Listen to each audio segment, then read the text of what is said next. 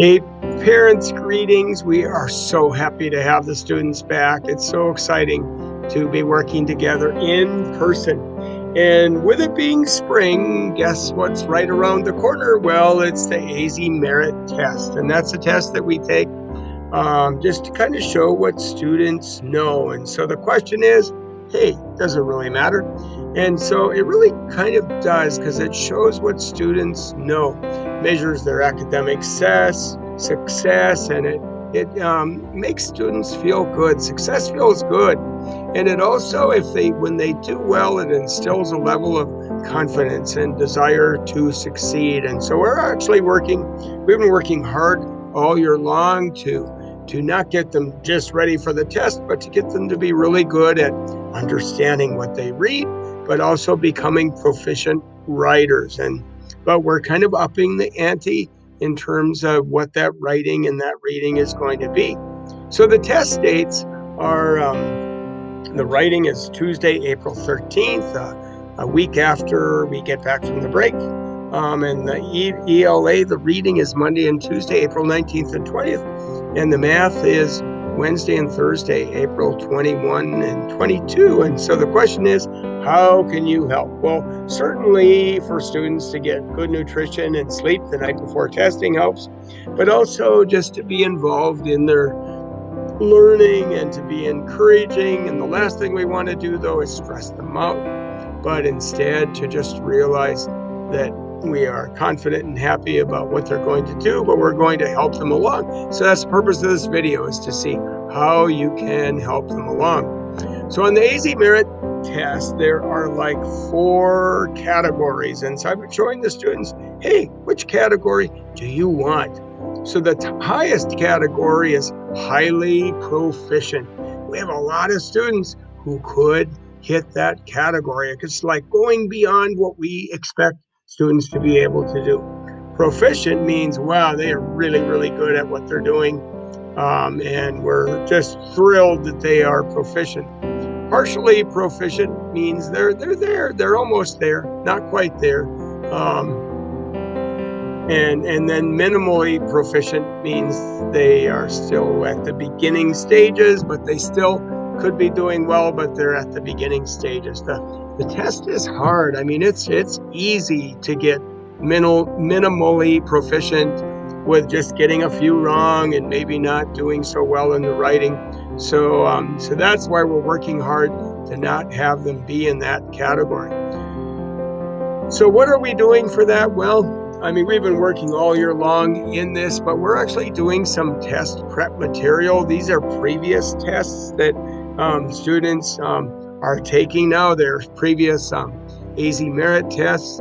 And so they look a lot like this. This is the one we were doing this week. So they read a selection carefully. We're learning to think when we reread when you have to.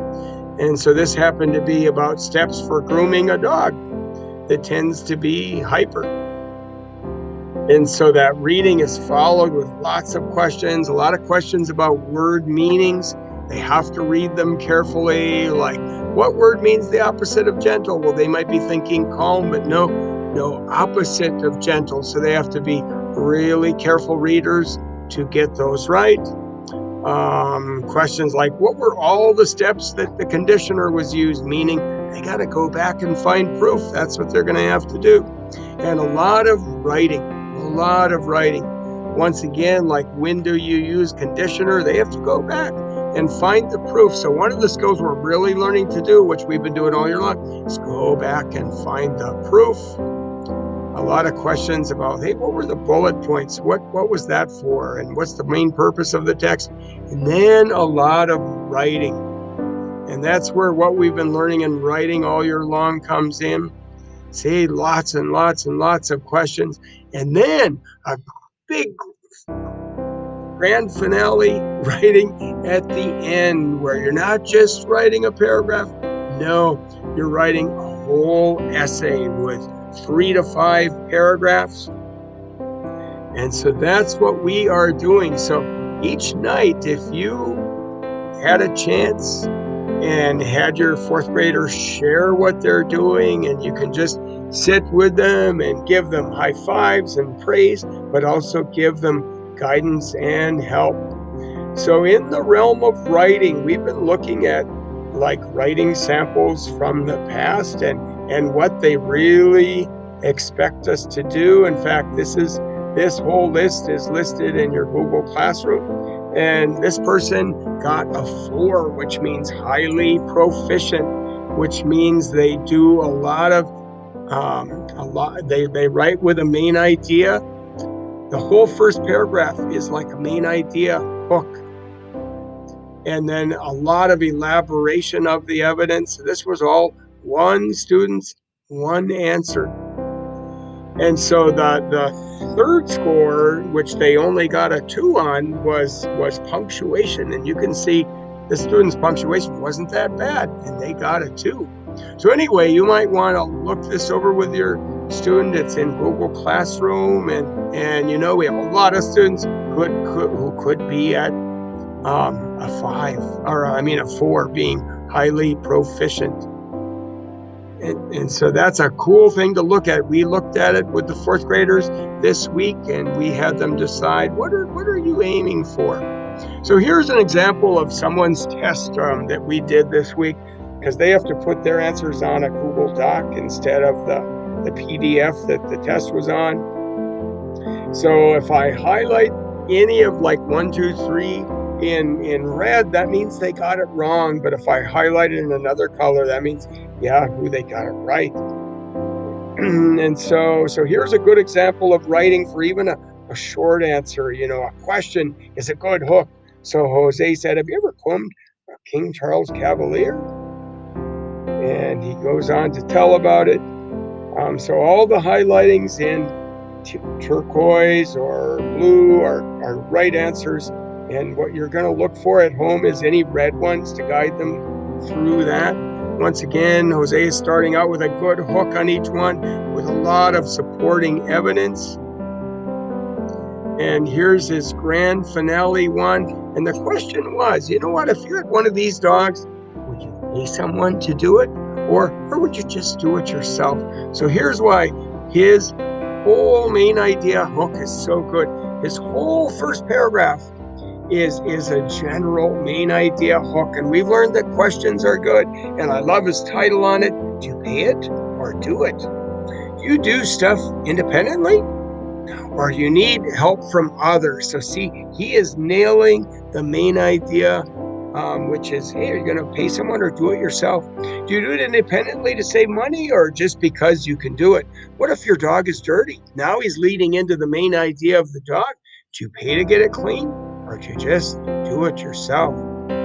What if you need grooming, but it's a King Charles Cavalier? Those dogs can be hard to groom. Do you call a professional, or do you do it on your own? In my opinion, I do it on my own. So here, way into his writing, is his main idea. He's going to do it on his own. And what his is flooded with is a solid array of evidence to support. They call it elaboration. And that's what's going to get you a high score. And see, as a good hook at the beginning of each paragraph, what's another reason? Well, you can learn, and your dog can learn. You can learn how to groom it, and it will be easier in the future. If you give your dog a treat, he'll look forward to it, and he goes on and on with beautiful, solid evidence. So that's what we are looking for. So we'll look at a few more samples the students are doing. They did some beautiful writing this week. So Bailey started hers out, do it or don't is her title. Do you have a King Charles Cavalier? Have you ever had an issue cleaning your dog? Have you ever re-cleaned your dog 1,000,000 times? What would you do if your dog came in the house filthy? Would you hire someone to do it for you because you are lazy? Or would you do it yourself because it's cheaper? And so she brought up all these beautiful points in the form of questions, which makes the reader want to read it. Beautiful. Virginia, too, started hers out with a flood of questions. A question is a good hook.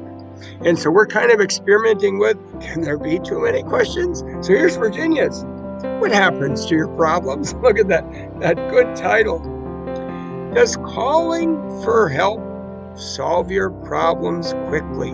Does it really? That is just totally sweet. Can it make your problems into rolling bombs? What does it really do? Does it cause more problems? Can it make your problems worse? Does it not? Can you solve your problems with a phone call? Does it turn into a cakewalk? Or it doesn't? So far, she's just been talking about, you call on someone else or don't you? So this general main idea hook is so profound. She's not even talking about dogs yet.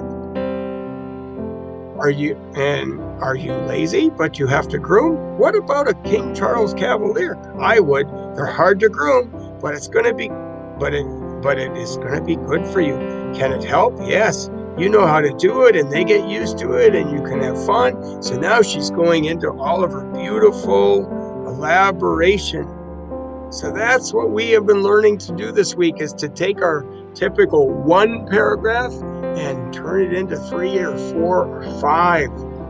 And so here was Braden's. This wasn't his last one, but it was one about combing your dog. Have you ever combed your dog's hair too fast? And see, that's what this was all about. Well, why will you brush your dog's hair too fast? If you comb your dog's hair slowly, it will feel smooth for the dog. And he goes on and on. Beautiful Braden. And here's Aiden's. Ever had a King Charles Cavalier? And have you ever wanted to speed through combing your dog, but then you realize you might hurt your dog's fur? So what's wrong with making your dog anxious or scared? You might make tangles and knots that could be worse. And make sure you don't scare the dog. Whatever you do, trust me, beautiful.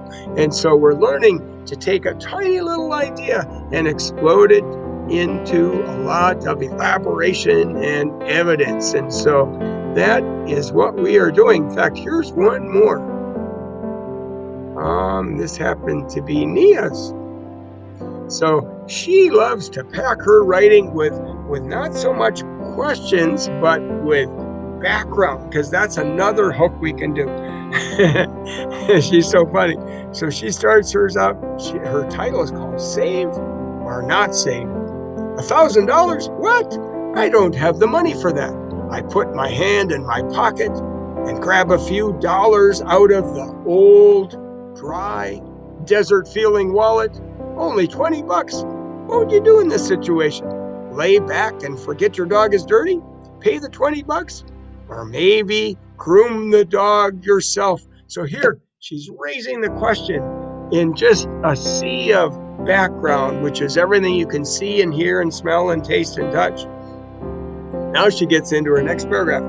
Laying on the couch with your new fluffy dog that is dirty. Wait, what? You're dirty. We need to bathe you. The knots come in like you're breathing in a virus. The phone is in your hand. And then you put it up to your ear. Would you call with the phone? Or say no and wash the dog yourself? So she's still keeping the reader wondering, is she going to do it herself or not? The phone gets put down and says no.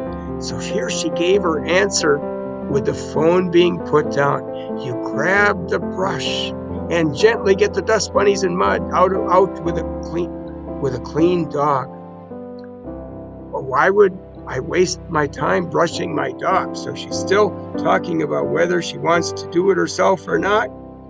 And so what a beautiful writing. So Yahoo fourth graders, I have so many beautiful samples I could show you, but that's what we are working on. So please feel free each night to check out what your fourth grader is doing, and we're going to celebrate their beautiful work and lead them on to the best possible score they can get.